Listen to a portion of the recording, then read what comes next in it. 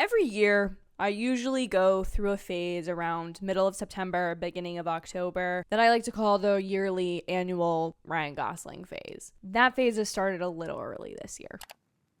Hey y'all, today I am going to be reviewing The Gray Man, Netflix's newest spy action thriller from the Russo brothers, starring Ryan Gosling and Chris Evans. And boy oh boy is this a movie I'm actually really excited to talk about, even though I'm late making this review. For anyone unfamiliar, The Gray Man follows Ryan Gosling's character, who is known only as Six. He is a spy man whose identity basically doesn't exist until he starts to uncover some secrets about the spy agency that he works for and realizes that he himself might now become the prey rather than the predator. And of course, Chris Evans' character is the bad guy, which is a rich, beautiful gift from the heavens above that this man is playing so against type of what he was cast for 10 years. Like, can we just give it up for Chris, please? Like, the way the man plays a villain is just my cup of tea, we'll put it that way. I'd like to describe this film to anyone unfamiliar, not really sure if they want to go into it. It's like 80% the vibes of The Winter Soldier with like 20% of the nice guys. And yes, those do include on purpose films that both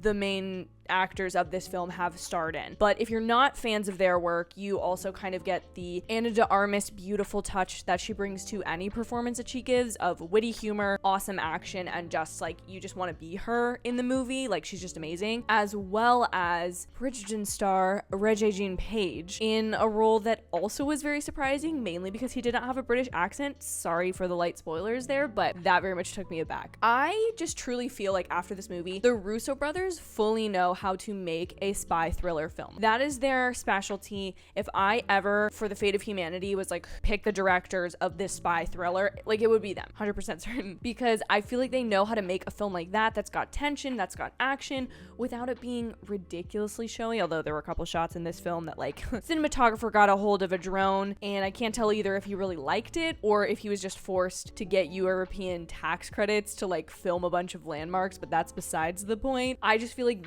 this duo of directors knows what they're doing. They know how to sprinkle in a little humor there and just make a film that is such an enjoyable experience to watch while also having a really great story. Like, it's not just about the set pieces in this film. Like, the story itself, I feel, is very well written. There's a couple of twists, there's a couple of subplots, there's a couple of things you just had no clue seeing the trailer. It's just so good the way that it's written. Going off of that, I feel like the writing is so strong in this film. Even if, like, the initial premise of, like, CIA agent needs to get some flash drive with pertinent information on it and it gets lost or in the wrong hands and then they're all fighting over this flash drive, even if that feels a little used, abused, worn, torn, tired, not wired, all of those things, this film does it well. And I feel like there's enough backstory and personality given to the characters. For example, a lot of the characters have like random little tattoos. One character's tattoo has gone into a tiny bit, but like Ana de Armas' character, she has 2 tattoos on her arm that are visible, yet it's never explained like why she has the tattoos, and it's just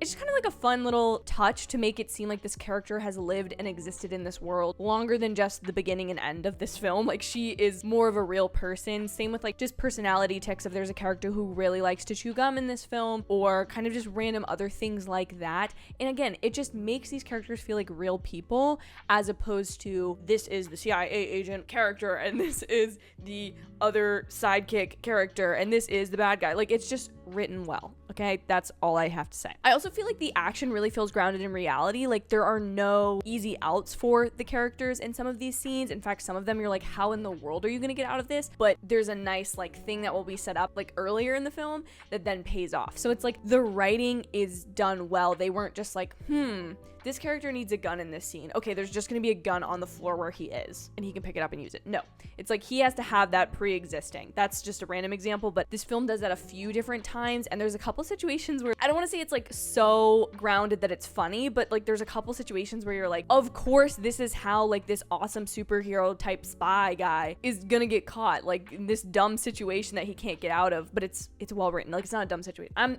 over explaining myself, but basically I just think that the action is done really well, and it's not cheap or easy. The characters really have to earn it. Everything feels earned in this film. Like I said before, the roles really feel lived in. I feel like casting does a huge part of this. Casting is something I've begun to really appreciate in films lately. Like, you can just really tell that this cast is having a lot of fun with it, and I think there's just a lot of things about the characters that you learn where they went to college in a different film in a different environment might feel like that's just a random exposition thrown out there, but in this film it's either used for a joke and then used importantly later or vice versa, and like I don't know, I just really loved that. I think one of my biggest critiques about this film though is, like many spy films, there is a crap ton of travel. Like the country A and country B do not have a travel time associated with them. Like there's a couple of scenes where it's like, okay, sure, you could realistically get from this country and this country, specifically Europe, pretty quickly, wouldn't necessarily take a day, but like every time they change location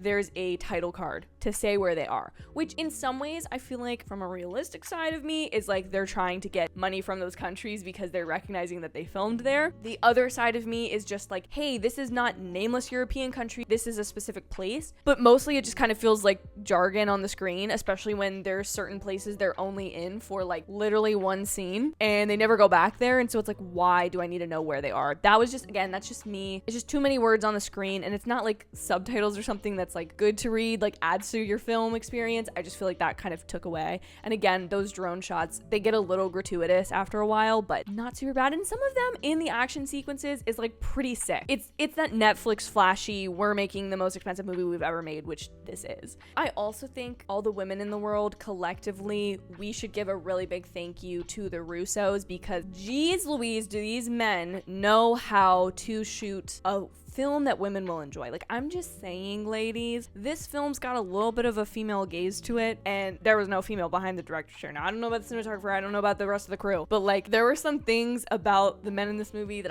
I just would like to say thank you to the Russo brothers personally for the way that they know what we want to see when a film has Ryan Gosling and Chris Evans in it, yet they don't let it distract from the story. So I just like to say thank you, and I would also like to give a Nobel Peace Prize to whoever the costume designer for this film was. Like, world peace will be accomplished with the clothes that Chris Evans wears in this movie. You know what I'm saying? Like, ultimately, I think this is really fun, and inevitably, like most Netflix films, but specifically the most expensive film that Netflix has ever made, I've no doubt in my mind that it's gonna ride the #1 spot on Netflix for at least a week or two after its release. I saw it on a big screen, and I think honestly that pointed out some more of the film's flaws rather than it would have had I watched it at home. And so I know this film is getting a smaller theatrical window. You could watch this film on your laptop and be like, wow, that's a really great action thriller. Like, I don't think you have to go to the theater, but I definitely feel like if you go to the theater, it's not a film that's gonna make you feel like you didn't get your money's worth, if that makes sense. It's not Top Gun Maverick, like I must see in theaters, and I think it's perfectly fine to watch at home. Please let me know what your expectations, thoughts, or personal review of The Gray Man is in the comments down below. Be sure to like this video if you enjoyed my review and want to see more reviews from me, and hit the subscribe button because you don't want to miss this quirky movie reviewer, because I also review TV shows and do other fun stuff, so you don't want to miss that. Thank you guys so much for watching. I hope you have an absolutely amazing day or night whenever you're getting to watch this, and I will see you in my very next video. Bye, everybody.